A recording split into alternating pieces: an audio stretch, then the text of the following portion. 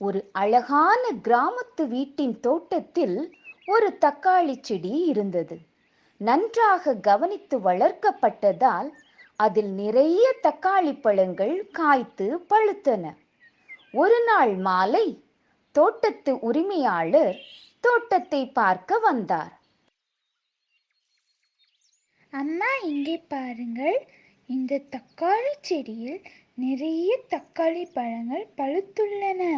ஆம், நன்றாக பழுத்துவிட்டன. நாளை நாம் எல்லாவற்றையும் பறித்து விடலாம். பாதியை சமையலுக்கும் மீதி பாதியை காய வைக்கவும் செய்யலாம். என்ன? தக்காளி பழங்களை காய வைப்பீர்களா? ஆமாம், உலர்ந்த தக்காளி விதைகளை மண்ணில் விதைத்தால் அவற்றிலிருந்து மீண்டும் தக்காளி செடிகள் முளைக்கும். ஓ, அப்போ நம் தோட்டத்தில் இன்னும் நிறைய தக்காளி பழங்கள் காய்க்கும். அப்படிதானம்மா? நாம் நாளை வரலாமா? இவற்றையெல்லாம் அந்த தக்காளி செடியிலிருந்த ஒரு குட்டி சுட்டி தக்காளி கேட்டது. அவர்கள் பேசியதை நினைத்து அது மிகவும் வருத்தப்பட்டது. சமையலுக்காகவோ காய்ந்து போகவோ அதற்கு சிறிதும் விருப்பமில்லை. என்ன செய்வது என்று யோசித்தது. மெல்ல மெல்ல இரவும் வந்தது. வெகு நேரம் யோசித்து அந்த தோட்டத்திலிருந்து ஓடிவிடுவது என அந்த குட்டி தக்காளி முடிவெடுத்தது. அது அந்த தக்காளி செடிக்கும் புரிந்துவிட்டது.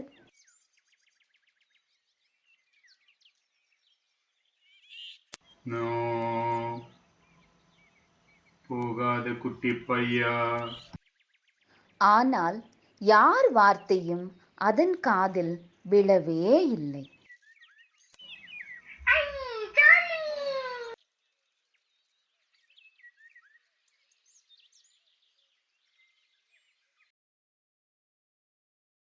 சுதந்திரம் கிடைத்த சந்தோஷத்தில் ஜாலியாக பக்கத்தில் இருந்த காட்டுக்குள் குதித்து சுற்றி கொண்டிருந்தது குட்டி தக்காளி.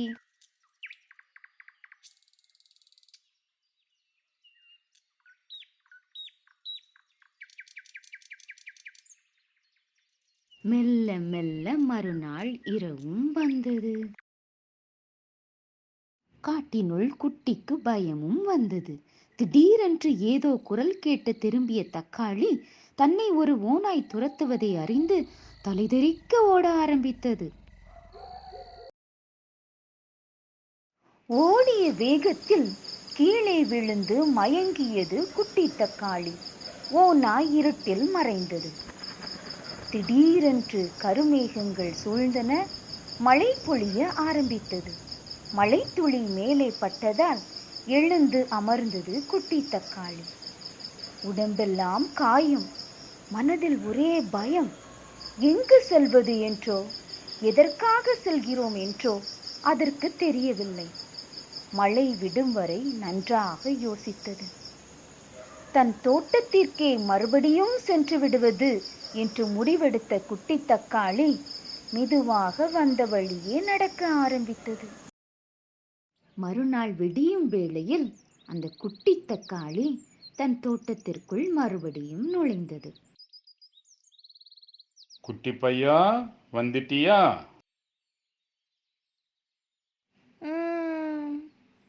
என் ஃப்ரெண்ட்ஸ் எல்லாம் எங்க?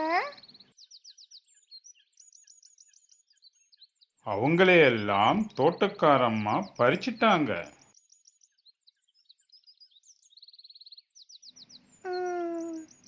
நீங்களாவது என்ன செத்துப்பீங்களா? ஐயோ குட்டி பையா, ஒரு முறை செடியிலிருந்து போயிட்டா அப்புறம் செடிக்கு வரவே முடியாது. இதுதான் இயற்கை. ஓ, நான் இப்போ என்ன பண்றது? நான் சொல்றத செய்றியா? நீ உன்னைய இந்த மண்ணுல புதைச்சிக்கோ. மழை வந்ததும் உனக்குள்ளே இருக்கிற விதைகள் முளைக்கும். மறுபடியும் நீ இந்த உலகத்துக்கு வரலாம். நிஜமாவா? ம் அப்போ சரி, நீங்க சொல்றத நான் செய்கிறேன். நாம் மறுபடியும் பார்க்கலாம். பார்க்கலாம். தக்காளி செடியின் அறிவுரைப்படி அந்த குட்டி தக்காளி தன்னை தோட்டத்து மண்ணுடன் புதைத்து கொண்டது. நாட்கள் கழிந்தன, மழை வந்தது. தோட்டத்து மண்ணிலிருந்து குட்டிச் செடி ஒன்று முளைத்தது.